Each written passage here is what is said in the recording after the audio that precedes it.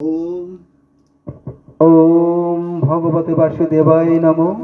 সম্মানিত ভাগবত মণ্ডলী, এবারের সরস্বতী পূজা আগামী 3 ফেব্রুয়ারি 2025 সোমবার। দেবীর আহ্বান ভোর 5টায়।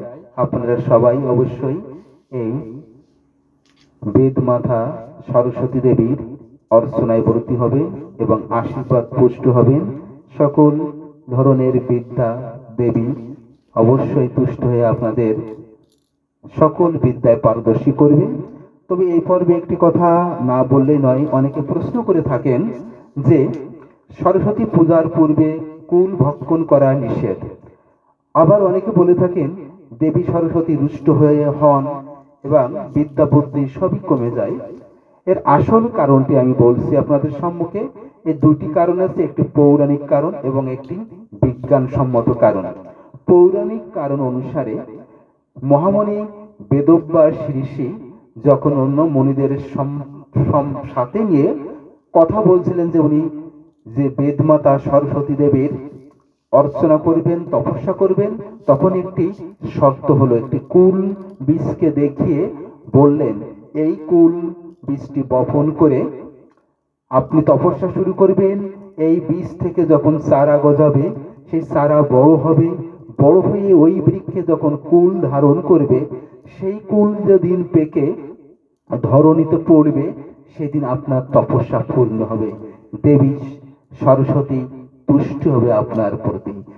নাসরবান্দা মহামণি বেদব্যাস ঋষি সেই শর্তে ব্রতী হয়ে তপস্যায় ব্রত হলেন এবং এভাবে বেশ কিছু কাল কেটে গেল। কয়েক বছর পর ওই কুল বৃক্ষ পরিণত হলো।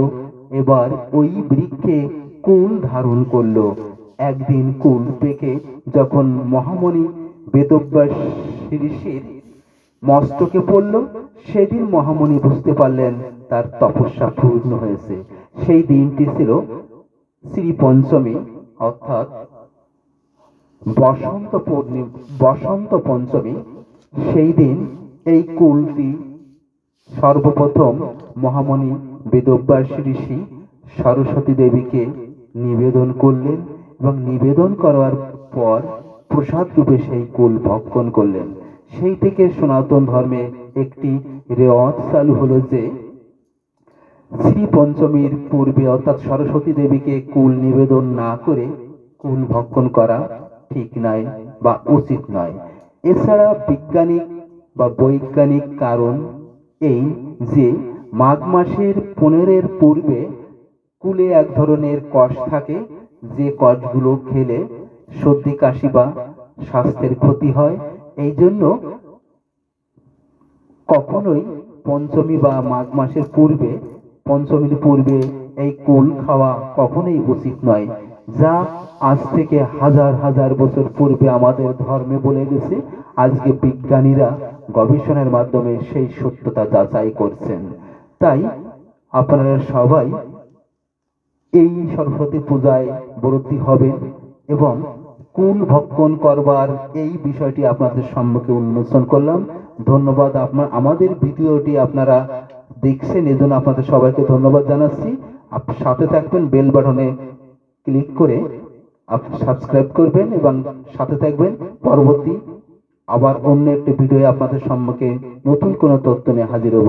ততক্ষণ আপনারা সুন্দর থাকেন এবং ধর্মের দিকে মন দেন, প্রতিদিন গীতা পাঠ করেন।